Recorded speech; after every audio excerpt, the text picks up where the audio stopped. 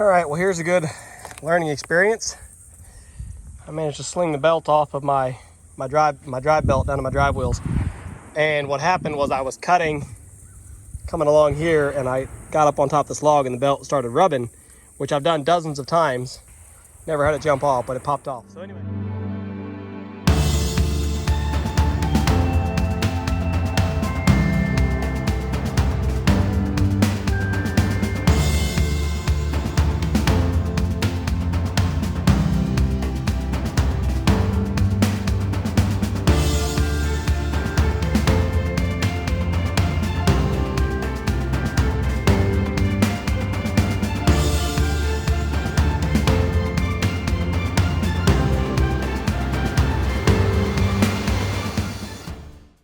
It's not that hard to fix, it's just gonna be annoying.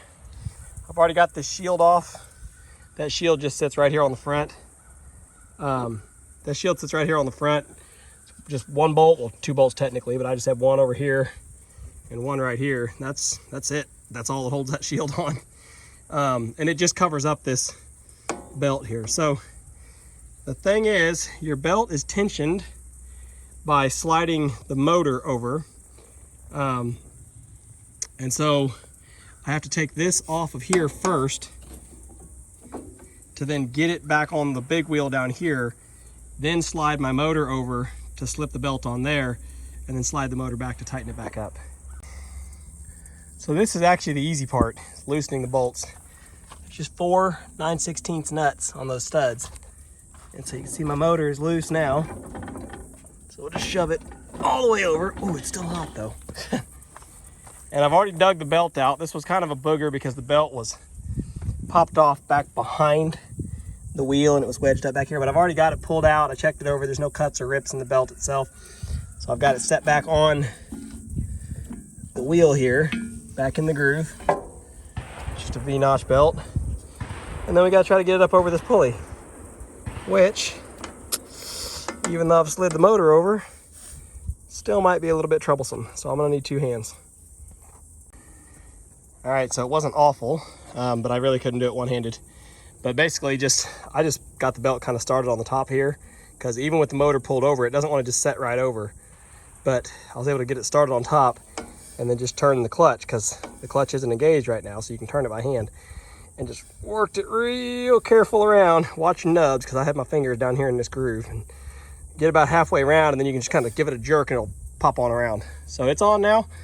Now I just got to get a pry bar to pull the motor back over. That's the one design flaw, I guess you could say, that I found with this setup, is there's not an actual like tensioner bolt that I found to help pull that engine over. So you have to just physically pull the whole engine over by hand. I mean, I'm sure I could make something, you know, with some little clamp and just a feeder bolt here that just tightened in against that bottom plate.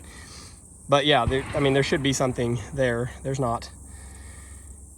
Anyway, so I just have to pull the whole motor over by hand. I normally just get I just get a crowbar out of my truck, and somehow I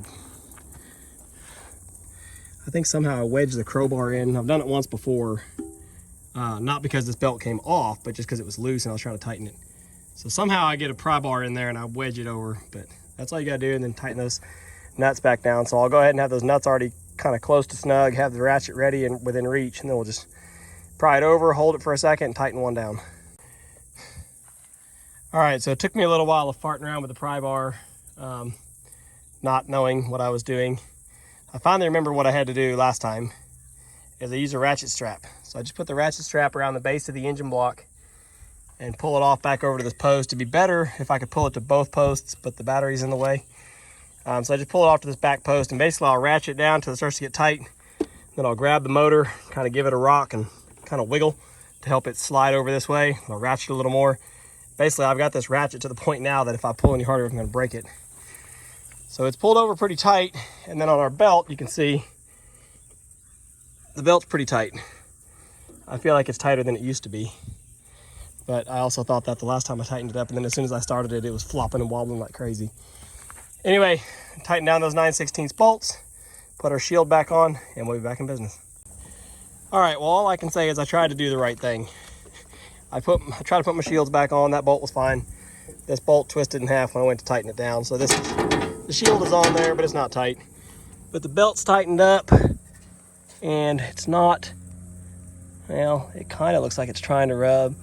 It's not making contact, but if it flutters, it's going to. So I should probably reach up in there with a hammer and bash that little bracket, straighten it back up. That's one of those things that gets bent down over time. Start rubbing your belt or rubbing your blade. But whatever, the belt's back on, the blade's back on. I'll bend that back straight and we'll be back running. All right, so I had a stupid mistake. The video actually cut off, my phone overheated. I didn't realize it, but it was like right at the right timing, actually. Basically, I got this piece stood up on here and started making the first cut. I was trying to make a real deep throat cut, and my belt right here, my drive belt, rode up on top of the wood and popped off. I've never had that happen before. I've had it right up on the log a lot of times, and it just kind of pushes out of the way and it'll rub, but this time it actually jumped off. So now I've got to come up. I was hoping I wouldn't have to do this, but I've got to come up and basically take a top cut off to get that high spot off. We'll just come up as high as you can here.